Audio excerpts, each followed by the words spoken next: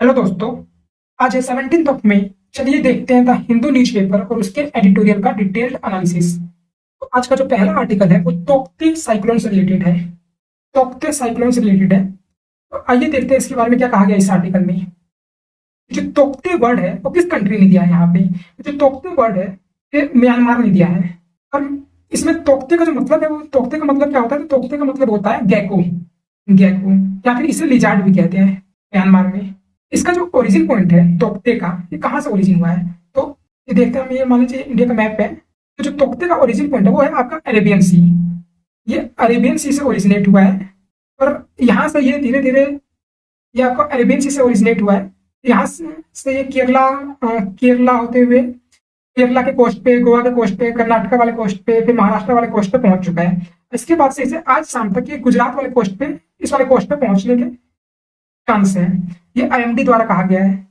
IMD और इनकोइस ने यहाँ पे, आईएमडी क्या है, इंडियन मीटियोलॉजिकल डिपार्टमेंट, जो कि वेदर के बारे में या फिर जो भी साइक्लोन्स वगैरह आते हैं उनके बारे में इन्फॉर्मेशन देती है। और यहाँ पे इनकोइस क्या है, तो इनकोइस है Indian national centre for ocean information services. जो भी ओशियन में साइक्लोन वगैरह आते हैं, जो भी तूफान आते हैं, इससे रिलेटेड हमें इन्फॉर्मेशन देती है ये बॉडी।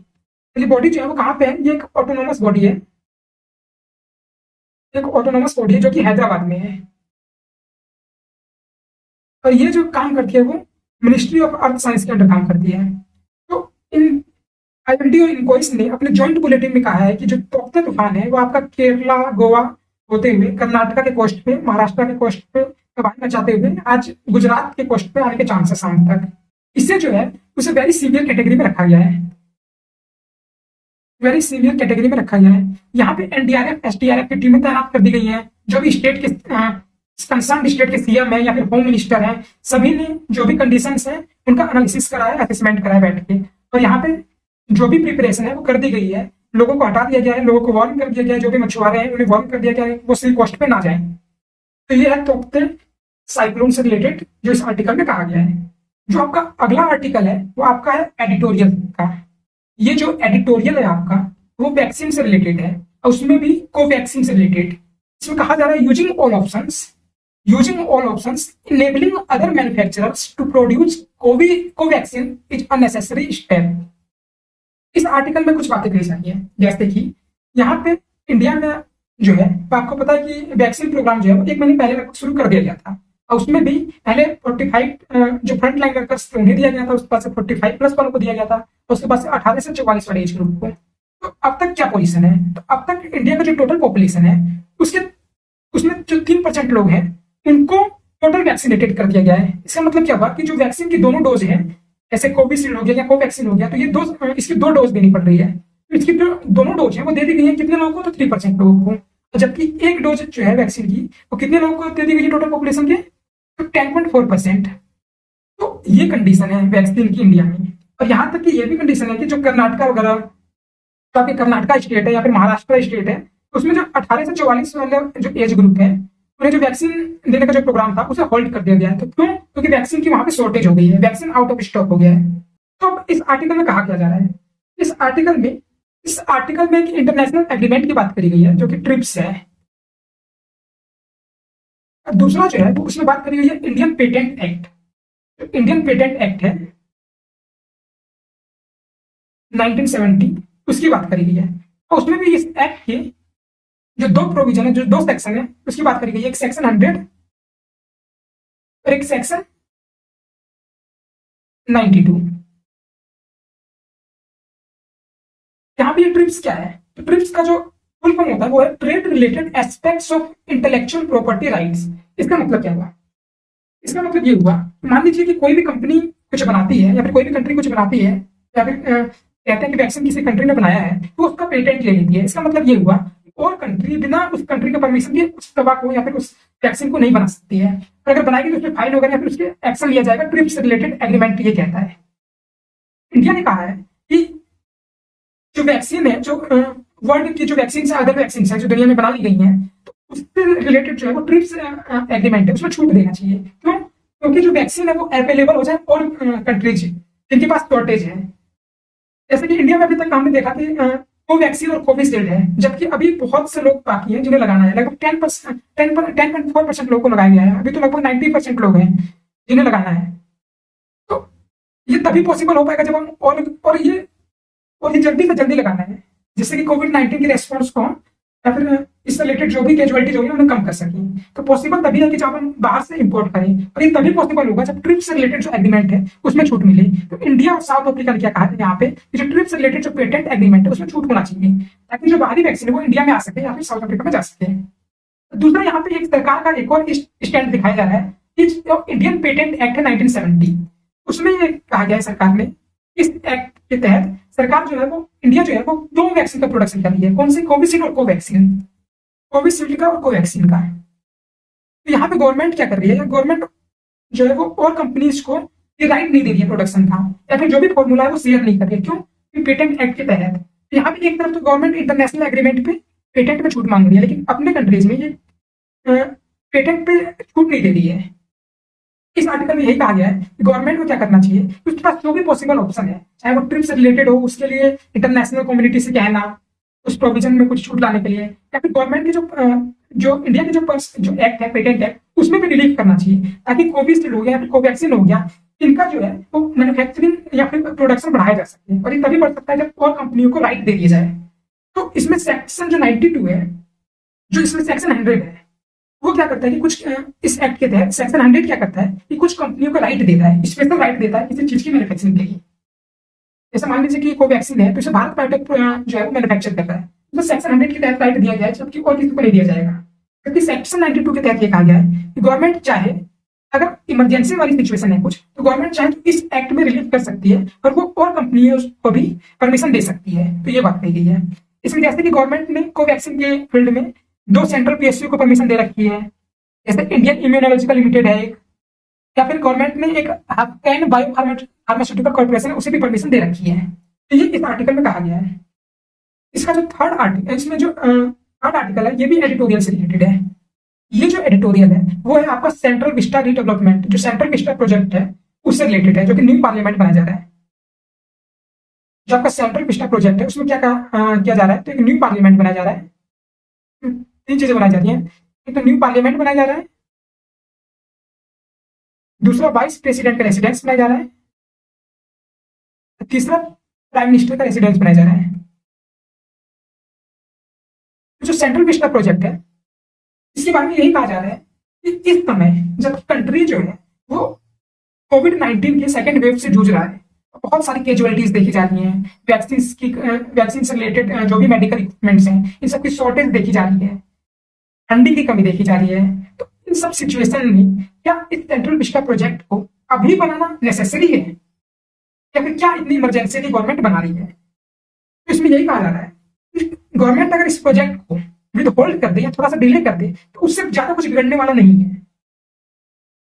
क्योंकि जो इस समय जो प्रायोरिटीज है वो इस समय कोविड से रिलेटेड, जो कोविड से फाइट करने की है, उसे प्रायोरिटीज देनी चाहिए। यहाँ पे ये भी कहा जा रहा है कि प्रायोरिटीज गवर्नमेंट को डिसाइड करनी चाहिए, इस समय गवर्नमेंट के पास प्रायोरिटीज क्या है। दूसरा ये भी कहा जा रहा है कि मान लीजिए जो सेंट्रल विस्टा प्रोजेक्ट है वो काफी बड़ा प्रोजेक्ट है और काफी लागत के साथ बनाया जा रहा है। इसमें जो एक्सपर्ट ग्रुप है उनकी भी 2 राय है। कुछ कहते हैं कि ये जो प्रोजेक्ट है ये बनना चाहिए, न्यू पार्लियामेंट बनना चाहिए, कुछ कहते हैं कि नहीं बनना चाहिए। तो इसमें जो है वो कहा गया है कि जो इतना बड़ा प्रोजेक्ट है, फर्स्ट ऑफ ऑल इस प्रोजेक्ट को कम से कम पब्लिक जो है, पब्लिक रिव्यू के लिए या फिर पब्लिक डोमेन में आना चाहिए था ये प्रोजेक्ट। और जो इतना बड़ा प्रोजेक्ट है तो ये एक्सपर्ट से या फिर डिस्कशन वगैरह पब्लिक डोमेन में डिस्कशन होना चाहिए, और एक सभी के कंसेंसस से, चाहे वो अपोजिशन पार्टी हो या फिर पब्लिक हो, इन सभी लोगों के कंसेंसस से इस प्रोजेक्ट को बनाया जाना चाहिए, ना कि बिना कंसेंसस के या फिर इमरजेंसी में बनाए जाने चाहिए। तो ये कहा गया इस आर्टिकल में। ये जो एडिटोरियल है आपका वो ट्रिब्यूनल से रिलेटेड है, जैसे कि ये है ट्रिब्यूनल से रिलेटेड। ट्रिब्यूनल ये कॉन्स्टिट्यूशन के किस पार्ट में दिया गया, तो पार्ट आपका पार्ट 14 ए में दिया गया है, जिसे कि 72nd constitutional amendment, sorry 42nd constitutional amendment act से ऐड करा गया था। और इससे जो रिलेटेड आर्टिकल है वो 323 ए है और 323 बी है। ये ट्रिब्यूनल से रिलेटेड कहा गया है। इसमें जो बात कही जा रही है वो गवर्नमेंट के जो रिसेंट एक्शन है ट्रिब्यूनल से रिलेटेड, उस पर बात कही जा रही है। इसमें गवर्नमेंट कुछ एक्शन ले रही है ट्रिब्यूनल से रिलेटेड। तो गवर्नमेंट क्या कर रही है यहाँ पे, गवर्नमेंट जो है वो एक ऑर्डिनेंस लेके आई है, ये ऑर्डिनेंस जो है, इस ऑर्डिनेंस का नाम क्या है? Tribunals reform rationalisation and conditions of service ordinance 2021। तो यहाँ पे जो ऑर्डिनेंस है यहाँ पर, इस ऑर्डिनेंस को क्रिटिसाइज करा जा रहा है, अब इस ऑर्डिनेंस के बारे में राय रखी जा रही है। तो इस ऑर्डिनेंस को दो ग्राउंड पर क्रिटिसाइज करा जा रहा है। पहली बात तो ये कि ऑर्डिनेंस लाया जा रहा है, ट्रिब्यूनल में आपको चेंज करना है तो आप ऑर्डिनेंस ला रहे हैं, जबकि आपको लॉ लाना चाहिए था, पार्लियामेंट्री लॉ लाना चाहिए था। तो ये कहा जा रहा है कि गवर्नमेंट ने यहाँ पे पार्लियामेंट को सर्कमवेंट यानी दरकिनार करके और जानबूझ के ऑर्डिनेंस लेके आई है। तो ये इस ऑर्डिनेंस में क्या कहा गया है? तो जो ट्रिब्यूनल्स के मेंबर्स हैं या फिर जो भी प्रोसीडिंग होती है, उनकी फंक्शनिंग होती है, सबको चेंज करने की बात कही गई है और इन सबको चेंज करा गया है। तो इसमें कुछ ट्रिब्यूनल्स जो हैं उन्हें अबोलिश भी करा गया है, जैसे कि फिल्म सर्टिफिकेशन अपीलेटेड ट्रिब्यूनल है, उसे अबोलिश भी करा जा रहा है। इसमें तो पहले ये ऑर्डिनेंस के तहत ला गया है, इसलिए क्रिटिसाइज किया जा रहा है। इसलिए भी क्रिटिसाइज करा जा रहा है ताकि क्योंकि कुछ ट्रिब्यूनल को जो है वो एबोलिश कर दिया गया है। गवर्नमेंट यहाँ पे एक नेशनल ट्रिब्यूनल कमीशन लेके आना चाहती है। इस समय जो ट्रिब्यूनल जो है वो कौन रेगुलेट करता है? तो वो जुडिशरी रेगुलेट करती है। और जो ट्रिब्यूनल है उसके लिए आप जो अपील कर सकते हैं वो सुप्रीम कोर्ट में कर सकते हैं, लेकिन सेंट्रल गवर्नमेंट जो है वो नेशनल ट्रिब्यूनल कमीशन लेके आना चाहते हैं। तो इसमें क्या होगा? ये जो है ये हायर बॉडी रहेगी जो कि ट्रिब्यूनल की फंक्शनिंग को, उनके मेंबर्स कैसे काम कर रहे हैं, चेयरमैन वगैरह, तो उन सबको देखेगी। इस बॉडी का काम है। तो गवर्नमेंट ये बॉडी लेके आ रही है। इस बॉडी को भी क्रिटिसाइज करा जा रहा है। एक ट्रांसपेरेंसी होनी चाहिए, एक डिबेट होनी चाहिए, उसके तहत लेके आना चाहिए। इसमें गवर्नमेंट ने जो ट्रिब्यूनल के चेयरमैन है और मेंबर्स हैं, चेयरमैन है और मेंबर्स हैं, उनका टेन्योर जो है वो 4 साल रख किया है, जबकि सुप्रीम कोर्ट ने एक डिसीजन में अपने कहा था कि इनका 5 साल होना चाहिए। तो ये भी क्रिटिसाइज करा जा रहा है। तो इसमें जो चेयरमैन और मेंबर्स हैं उनका जो टेन्योर है वो 4 साल है। जो सबसे पहले जो ट्रिब्यूनल की बात कही गई थी, तो वो जो आइडिया दिया गया था तो वो था L Chandra Kumar versus union of India case जो था वो 1997 का। उसमें सबसे पहले ट्रिब्यूनल का आइडिया आया था।